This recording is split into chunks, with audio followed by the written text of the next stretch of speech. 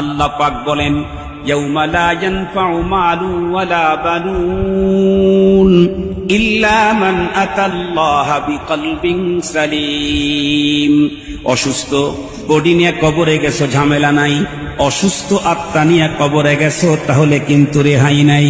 অসুস্থ বডি নিয়ে কবরে গেছো, ঝামেলা নাই, কারণ বডি তো সুস্থ হলেও মাটি খেয়ে ফেলবে, অসুস্থ হলেও মাটি খেয়ে ফেলবে। তাই তো কবি বড় মজায় বলেছেন, कैसे कैसे ताजदारो पादशाह चल बसे, वो खजीना बाला खाना शानो शौकत क्या हुई। कैसी कैसी खूबसूरत रानियां शहजादियां, तन बदन सब गुल गया है, शिक्ल सूरत क्या हुई।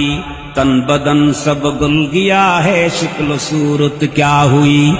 অনেক সুন্দর চেহারা নিয়েও যদি আমি কবরে যাই, বডি তো মাটি খেয়ে ফেলবে।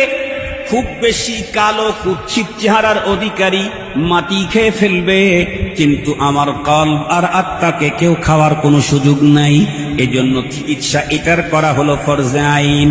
বন্ধুরা আমার, হযরত উলামায়ে কেরাম, আত্মার বেদি বিশেষজ্ঞ যারা ছিলেন, তারা বলেন আত্মার উপরে জটিল জটিল 10টা রোগের আক্রমণ হয়ে থাকে। আত্মার এক একটা রোগ মানব দেহের ক্যান্সারের চাইতেও ভয়াবহ, মানব দেহে ইবোলা যে রোগ আছে এর চাইতেও ভয়াবহ।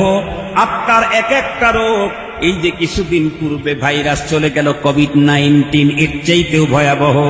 তার ভিতরে একটা জটিল রোগের নাম হলো রিয়া, আর একটা জটিল রোগের নাম হলো সুমা, আর একটা জটিল রোগের নাম হলো হুব্বেজা, আর একটা জটিল রোগের নাম হলো হুব্বে মাল, আর একটা আত্মার জটিল ব্যাধির নাম হলো হাসাদ, আর একটা আত্মার জটিল ব্যাধির নাম হলো বুগুজ, আর একটা আত্মার জটিল ব্যাধির নাম হলো, বন্ধুরা আমার, কিবির।